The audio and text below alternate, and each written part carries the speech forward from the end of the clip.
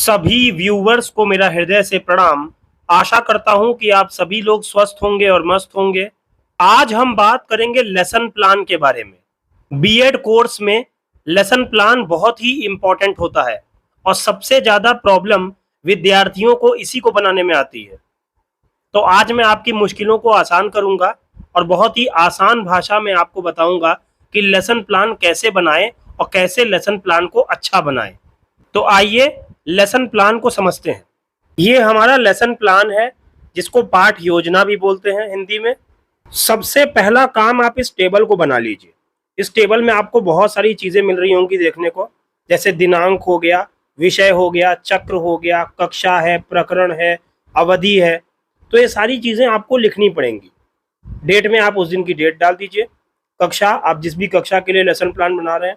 विषय, जो भी आप पढ़ाने जा रहे हो, हिंदी हो, इंग्लिश हो, मैथ हो, इतिहास है, जैसे मैं यहाँ पे इतिहास पढ़ाने जा रहा हूँ। चक्र, जो भी पीरियड उस समय हो, जो भी आप पढ़ाने जा रहे हो। ये कॉलम इसलिए खाली छोड़ दिया है। प्रकरण, टॉपिक क्या है आपका, जैसे मेरा टॉपिक है चंद्रगुप्त मौर्य। ये लेसन प्लान आपका चंद्रगुप्त मौर्य जी पर होगा। इसके बाद आ जाता है अवधि, ड्यूरेशन, आप कितनी मिनट की क्लास लेंगे, 30 मिनट, 40 मिनट, जो भी आपके यहाँ बताया जाए कॉलेज में, आप वो यहाँ पर मेंशन कर सकते हो। इसके बाद आप ये दोनों कॉलम लिखेंगे, छात्राध्यापक का नाम और विद्यालय का नाम। छात्राध्यापक का नाम में आप अपना नाम लिख दीजिए और विद्यालय का नाम जहां पर भी आप ये टीचिंग करने जा रहे हैं। अगला स्टेप है आपका सामान्य उद्देश्य। इसमें आप कुछ सामान्य उद्देश्य लिख देंगे, जैसे छात्रों को अतीत की घटनाओं का ज्ञान कराना, वर्तमान को समझने के सुयोग्य बनाना। इस तरह से मैंने यहाँ पर कुछ 5 स्टेप्स लिखे हुए हैं। आप इनको पढ़ के अपने हिसाब से सामान्य उद्देश्य अपने विषय के अनुसार लिख सकते हैं। सामान्य उद्देश्य के बाद आ जाते हैं विशिष्ट उद्देश्य। विशिष्ट उद्देश्य में आपका नंबर 1 हो जाता है ज्ञानात्मक स्तर, जिसको इंग्लिश में कॉग्निटिव लेवल भी बोलते हैं। इसमें आप कुछ पॉइंट मेंशन कर सकते हैं, जैसे छात्र चंद्रगुप्त मौर्य के बारे में ज्ञान प्राप्त कर सकेंगे। पॉइंट नंबर 2 है छात्र एक राजा के रूप में चंद्रगुप्त मौर्य की विशेष विशेषताओं का प्रत्यास्मरण कर सकेंगे।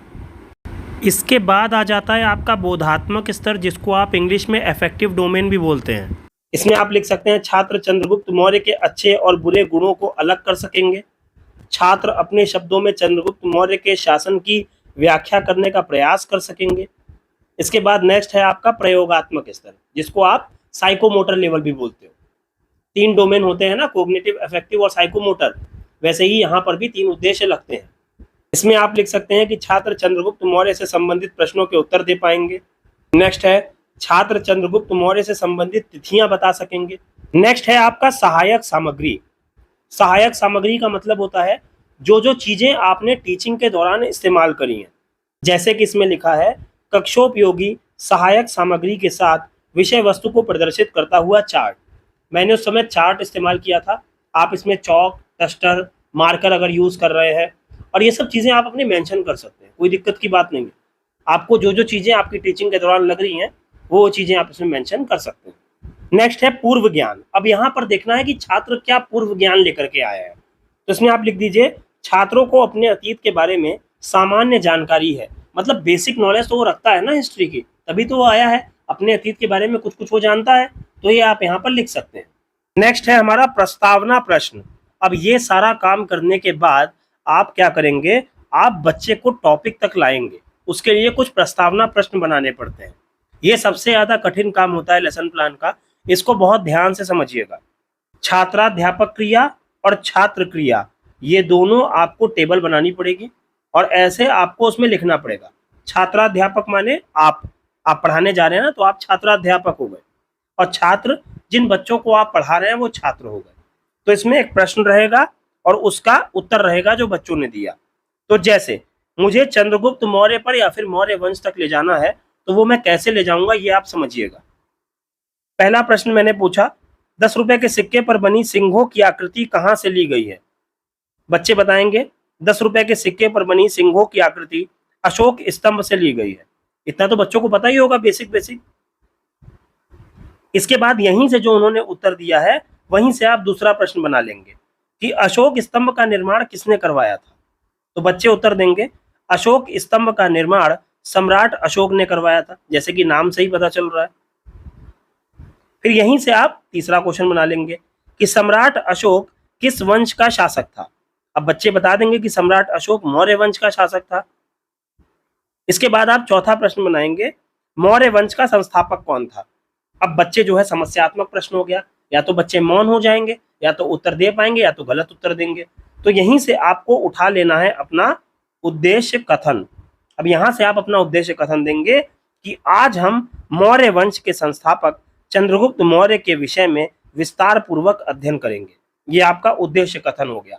इसके बाद आप आ जाएंगे किस पर, अपने शिक्षण बिंदु पर, टीचिंग पॉइंट्स पर। कैसे आपके टीचिंग पॉइंट्स रहेंगे, जनरली 4 से 5 टीचिंग पॉइंट लिए जाते हैं, शिक्षण बिंदु, जिनके बेसिस पर आपका लेसन प्लान बनता है। ऐसे आपको टेबल बनानी पड़ेगी। देखिए इसमें कुछ कॉलम्स होते हैं, जैसे क्रम संख्या, शिक्षण बिंदु, छात्राध्यापक क्रिया, छात्र क्रिया, विधि और श्यामपट्ट कार्य। क्रम संख्या में आप पहला डालेंगे, ये आपका पहला शिक्षण बिंदु होगा। शिक्षण बिंदु क्या हो गया, मौर्य वंश की स्थापना। अब आप स्टार्ट करेंगे कि मौर्य वंश की स्थापना किसने की थी, फिर वही बात पूछेंगे। इस बार छात्र मौन रहेंगे। विधि क्या हो जाएगी आपकी, प्रश्नोत्तर, क्वेश्चन आंसर मेथड का इस्तेमाल कर रहे हैं ना आप ऐसे चाणक्य की इमेजेस लगा सकते हैं अपने लेसन प्लान में। ये आपके लेसन प्लान को खूबसूरत बनाता है। जब आपके छात्र उत्तर नहीं दे पाएंगे तो आपको फिर स्पष्टीकरण देना होगा। आप इस स्पष्टीकरण को पढ़ सकते हैं, यहाँ पर मैंने लिखा हुआ है पूरा डिटेल में। इसके बाद क्या हो जाएगा, छात्र क्रिया में आप लिख देंगे छात्र ध्यान पूर्वक सुन रहे हैं। भाई सुन रहे हैं ना, और आपने कौन सा मेथड इस्तेमाल किया है, अब व्याख्या। और ये मैंने जो लगाया हुआ है ये पूरा श्यामपट्ट कार्य का मिनिएचर होता है। श्यामपट्ट को आप ब्लैक चार्ट पेपर से डिनोट करते हैं, और इसमें आप सिल्वर स्पार्कल से लिख दीजिएगा ताकि वो विजिबल रहे। आपका दूसरा शिक्षण बिंदु हो जाएगा चाणक्य। आप पूछेंगे चाणक्य कौन थे, बच्चों का उत्तर स्पष्ट रहेगा। आप प्रश्नोत्तर विधि से स्टार्ट कर रहे हैं। इसके बाद आप स्पष्टीकरण देना चालू करेंगे, बच्चों को पूरा डिटेल में समझाएंगे। छात्र ध्यान पूर्वक आपकी बात सुन रहे होंगे। व्याख्या विधि का आप इस्तेमाल करेंगे, और ऐसे ही आपको श्यामपट्ट कार्य में अपना मिनिएचर लगाना पड़ेगा। आप ऐसे इमेजेस लगा सकते हैं जिससे आपका लेसन प्लान बढ़िया हो जाए। तीसरा शिक्षण बिंदु हो जाएगा सेल्यूकस और चंद्रगुप्त मौर्य की संधि।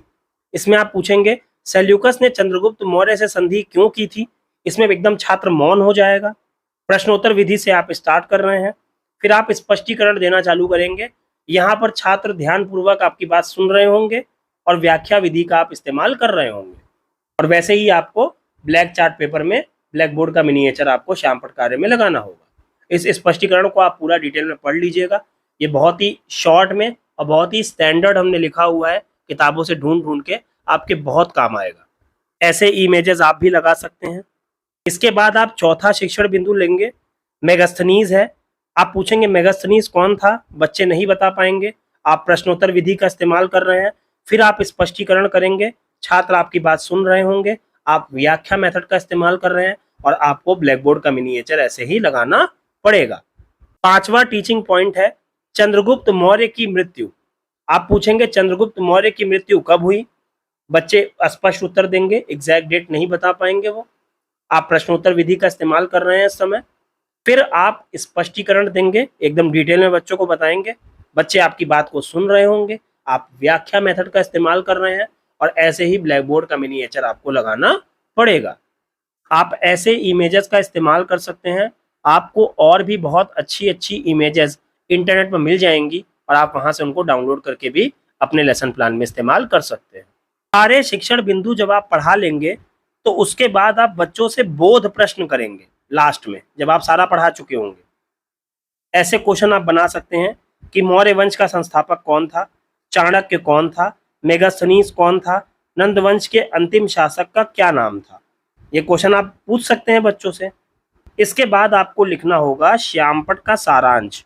तो इसमें जो आपने पूरा ब्लैक बोर्ड वर्क किया है उसको आप मिनिएचर बना करके दिखाएंगे।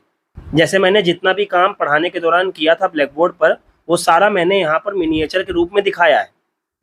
आप देख सकते हैं इसमें सब कुछ लिखा हुआ है, दिनांक, कक्षा, विषय, प्रकरण, चक्र, अवधि, ये सब लिखा हुआ है। और मैंने इन सारे क्वेश्चनों के आंसर लिखने हैं आपको, जो आपने बोध प्रश्न में पूछे हैं। जैसे देखिए, मौर्य वंश का संस्थापक कौन था, तो लिखा है मौर्य वंश का संस्थापक चंद्रगुप्त मौर्य था। ऐसे ही चाणक्य कौन था, चाणक्य चंद्रगुप्त मौर्य के गुरु थे। मेगास्थनीज कौन था, मेगास्थनीज सेल्यूकस का राजदूत था। चौथा क्वेश्चन है, नंद वंश के अंतिम शासक का क्या नाम था? तो नंद वंश के अंतिम शासक का नाम धनानंद था। ऐसे आपको पूरा लिखना पड़ेगा। जो बच्चे उत्तर बताएंगे वो आप ब्लैक बोर्ड पर लिखेंगे। इसके बाद नेक्स्ट स्टेप होगा आपका निरीक्षण कार्य। छात्राध्यापक के द्वारा श्यामपट्ट सारांश अपनी कॉपी में उतारने का आदेश दिया गया तथा स्वयं कक्षा में घूम घूम कर निरीक्षण किया जाएगा। आप बच्चों से बोलोगे कि ये जो ब्लैक बोर्ड वर्क है ये वो अपनी क्लास वर्क कॉपी में उतार ले या फिर जो भी कॉपी उनके पास है, और जब वो लोग नोट डाउन कर रहे होंगे तो आपको क्लास का एक राउंड लेना होगा। मतलब आपको देखना होगा कि बच्चे लिख रहे हैं कि नहीं लिख रहे हैं कॉपी में। इसके बाद आप एक मूल्यांकन प्रश्न पूछेंगे, आपको इवैल्यूएशन भी करना है उनका कि उन्होंने कितना सीखा है। तो इसमें आप जनरली मैच द फॉलोइंग या फिर फिल इन द ब्लैंक्स ले सकते हैं या फिर ट्रू एंड फॉल्स ले सकते हैं, जो भी आपको इजी लगे बनाने में। मैंने यहाँ पर सही जोड़े बनाव लिया है, यानी कि मैच द फॉलोइंग लिया है। इसमें हमने अपने टॉपिक से रिलेटेड मैच द फॉलोइंग बनाया है, जो हमने बच्चों को पढ़ाया है इतनी देर से, तो वो इसको मैच करने का प्रयास करेंगे। ये क्वेश्चन हम लिख देंगे या फिर हम चार्ट में भी पूछ सकते हैं बच्चों से, जैसे आपको इजी लगे पढ़ाते वक्त। तो ये क्वेश्चन आपको इवैल्यूएशन क्वेश्चन पूछना है। और इसके बाद सबसे लास्ट स्टेप होता है गृह कार्य, होमवर्क। होमवर्क भी तो देना है, जब इतनी देर से पढ़ाया है आपने तो होमवर्क देना बहुत जरूरी है।